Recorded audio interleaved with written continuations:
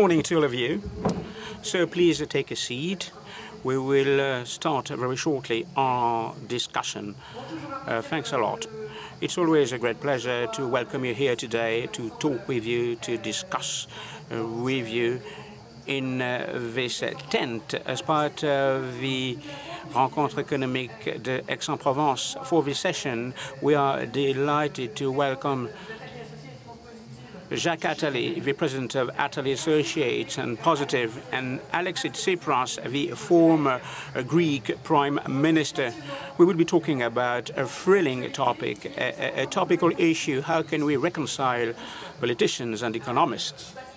It's a broad topic, some would say. And I will ask you the same question that will be the thread of our discussions. Why there's a lack of understanding? We could even say that there are some disputes between the economic world and political circles, and it has always been the case. Alexis TSIPRAS, what is your take on that? What is your viewpoint, this lack of understanding between the two worlds?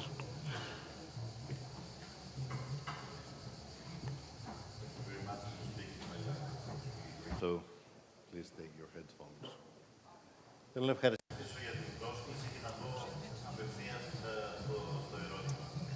First of all, I'd like to thank you for inviting me, and I will answer your question immediately.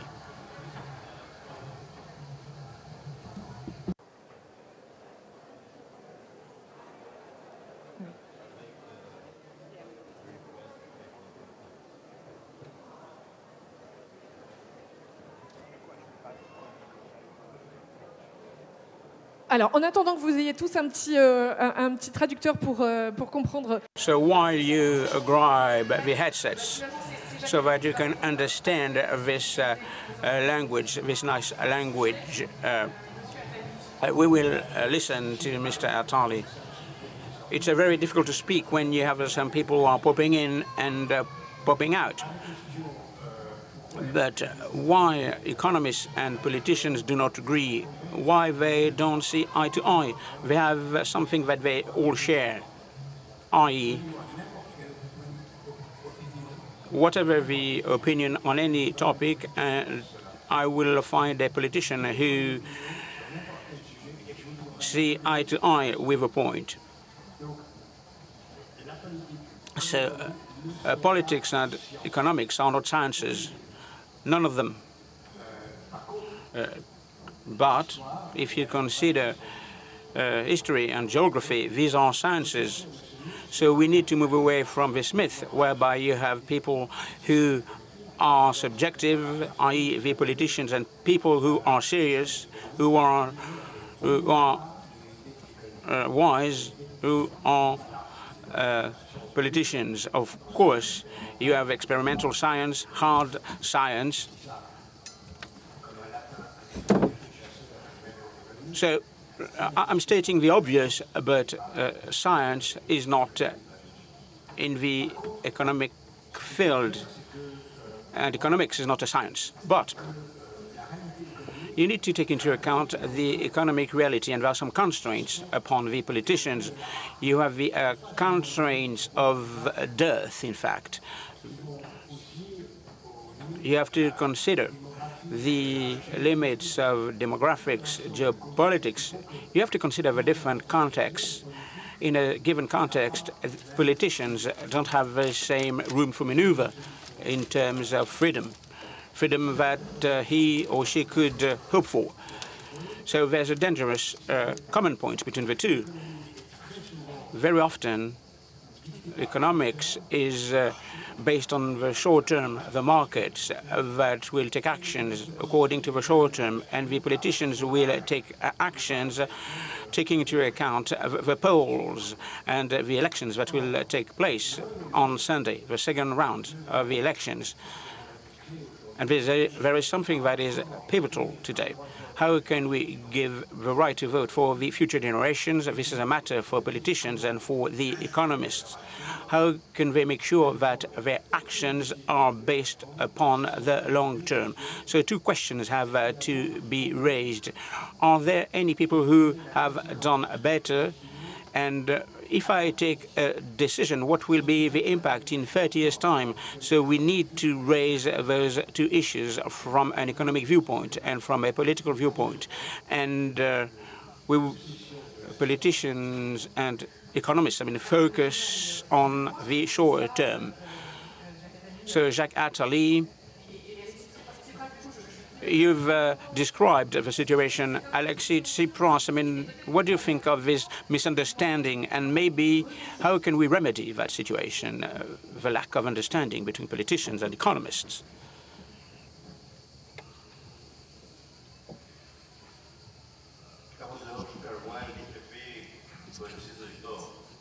Oscar Wilde once said that technocrats know everything about prices, but nothing about values. So economists, technocrats, they are knowledgeable about the price of things, but they don't consider the genuine value of things. When I talk about value, the value of democracy, the value of common goods, social justice, morality in politics, the value of solidarity. So I'm convinced that, of course, it is of critical importance to get technocrats, economists with us. But at the same time, we can't have a policy that is based on technocrats' views and economists' diktats. There's another criterion that is pivotal regarding our actions and the way the actions are shaped. It's very difficult to make a distinction between politicians and economists. You've talked about disputes, lack of understanding. It's a wrong distinction. I think that politicians need to get a vision, but at the same time, politicians need to understand the short, mid, and long term of policies. Stability is key. So economy is everything. So if I were to paraphrase Keynes, you have some politicians who think that they shouldn't listen to the economists. These politicians are people who are implementing obsolete economic theories. We have politicians and economists, and they focus on the short term. They want to be popular, and they look at the polls, and they tell what the people are ready to listen. So we have the big financial groups, and we have politicians with a vision. They think about the common good. You have some economists who don't look at the short-term interests. So it's important to get a kind of situation whereby common goods could be above our short-term interests. Cooperation between politicians and economists. Do you agree with that, Jacques ATTALI? There are people who do not focus on the long term, and they've realized their limitations. When you are a politician, when you are an economist, you have some limitations. As Alexis TSIPRAS said, we could reconcile politicians and economists' answer. If you consider the political action, there are some constraints that need to be taken into account. As I said, and as Alexis pointed out, you have physical constraints, material constraints, not only economic constraints. There are some political constraints. When you are in a democracy, you are accountable to the people, so you can't do anything. Very often I turn to economists, to take a decision for a president of the Republic. So we brought together the top 12 French economists with 12 contradictory statements. So far, I've qualified the validity of economists. But is it healthy to have 12 different viewpoints? Yes, it is quite healthy. There's no such thing as an all-encompassing truth. So economists will provide you with some insights into the concepts mentioned by Alexis: public, private goods, the law of the market, general services. These are concepts that have been formalized for the past 2 centuries according to the different economic theories. Economic theories play a key role in terms of political decision-making. Today, what is at stake is the debate between market, democracy, and dictatorship. So if you consider the market, so the market prevailed in order to distribute private goods. So for the distribution of private goods, the market rules the roost. But for the distribution of public goods, some economists will think that the market is better, everything should be privatized. And there is no clear border. That's why politics plays a key role to set the boundaries between public goods and private goods. What could be a public service that is free of charge, being paid by taxes, and what should be paid by consumers, even though you can offset the process with taxes and subsidies. So this is a political issue. What is the common good? What is the private good? Once this decision has been made, economists play a key role to deliver a message to politicians. There are some external constraints to take into account, but at the same time, they cannot impose too many things. The economists played an excessive role during the European construction. For example, they collided with politicians, or they colluded with politicians. Competition was key for them. So why did they collude with politicians? Any voter is a consumer, above all, but only 1/3 of the voters are workers. So consumers and voters, they vote against workers. And if you consider the European construction, it was shaped in favor of consumers at the expense of voters. And when competition was considered to be a benefit,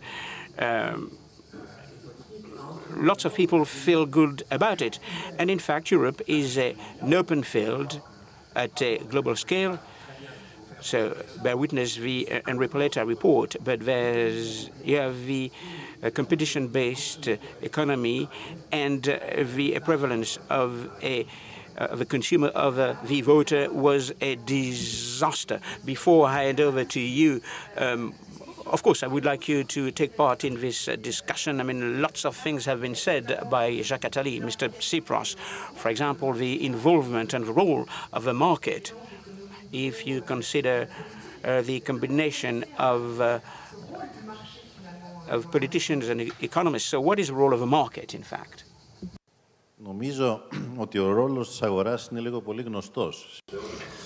I think that we all know what the role of the market is, what the markets want. Markets want to make ever greater levels of profits. We're talking about bodies that are profit-making organizations. That's the role of the market. Their role is to earn more and more money, earn as much money as possible by any means possible, with very often a very significant political and social cost. My question is rather to say, what is the role of politics? What's the role of politicians? How can we create a counterweight, counterbalance to avoid attacking democracy? I understand today that politics has changed. The time of François Mitterrand was so different to ours. France's policy was so different to what is possible today. But orthodox financial reasoning that says that markets are always right is not always right.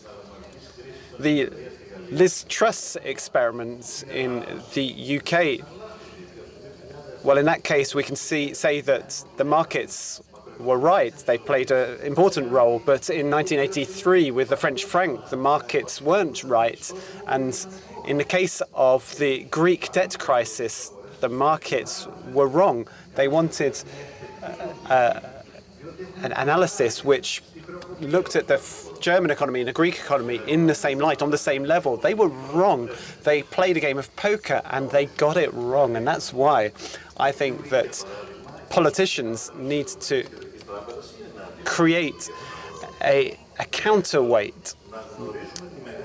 Quantitative easing may be a kind of counterweight. It can sometimes combat the negative effects of the market. I think we need to take into account macroeconomic data, and in order to do so, we need to ensure that we have policies that create wealth. This is the second important point. Wealth needs to be distributed in a fair way with fair taxation. In order to do so, we need to combat and confront the powerful interests in our countries. That's why we cannot say that the right wing and the left wing are the same thing. We can't say that all politicians are the same. We need to create wealth and ensure fair redistribution. The taxation system needs to be fair, and I would repeat what I say. We need to be ready to confront the major interests in our nations. We need to be sure that we are ready for this confrontation. We can't always be the kind and nice person. Thank you very much. Your message has been very clear, Alexis TSIPRAS. So we're now going to hand over to people on the floor. There are some microphones around. So please raise your hand and ask a question. We've got about 5 minutes for questions and answers. 5 minutes for you. If you don't have any questions, I got some.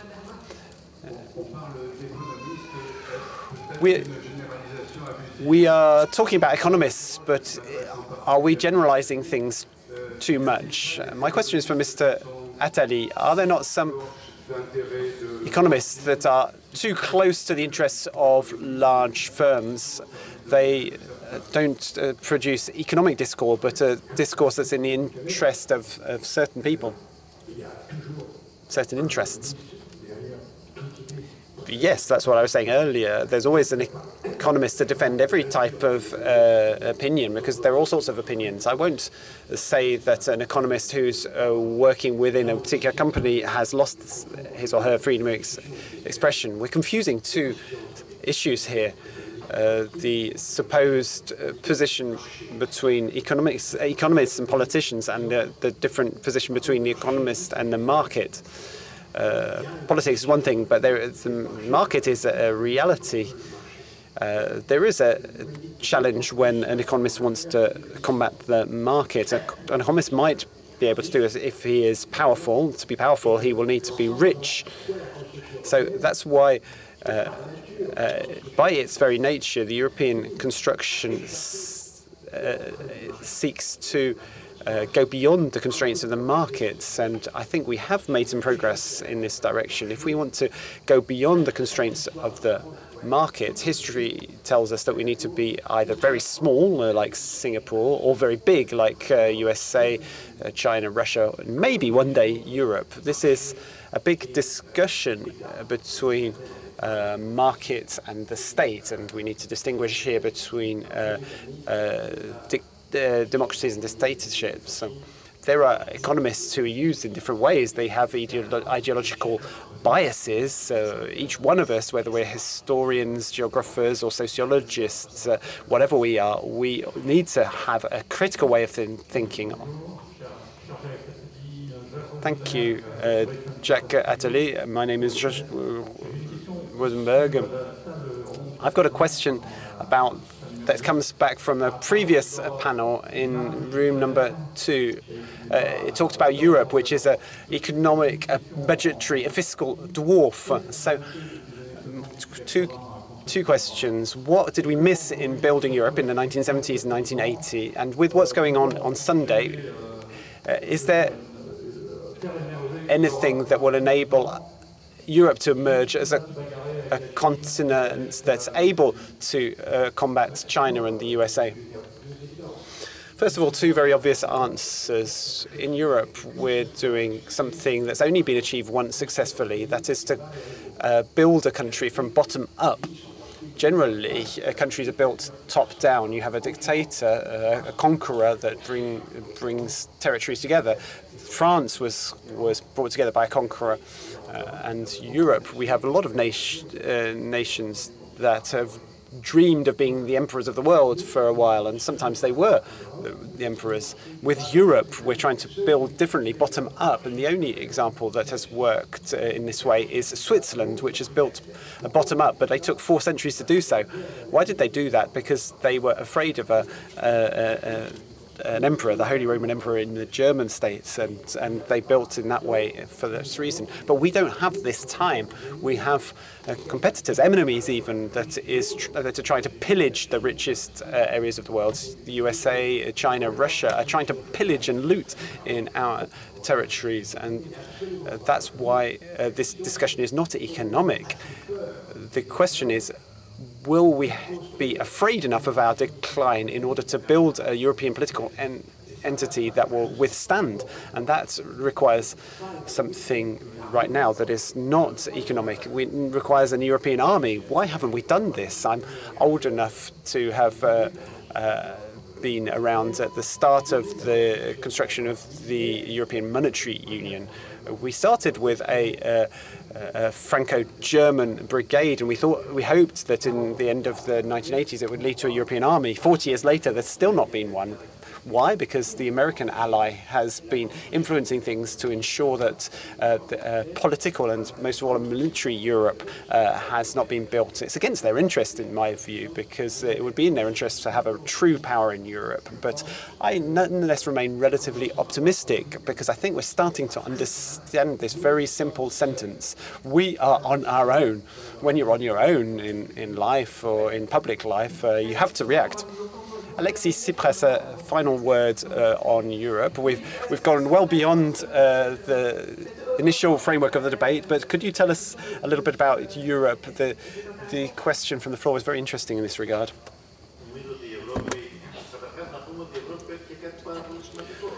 First of all, I would like to say that Europe has achieved something that's very important. For decades, almost to 70 years, we've lived in prosperity and in peace.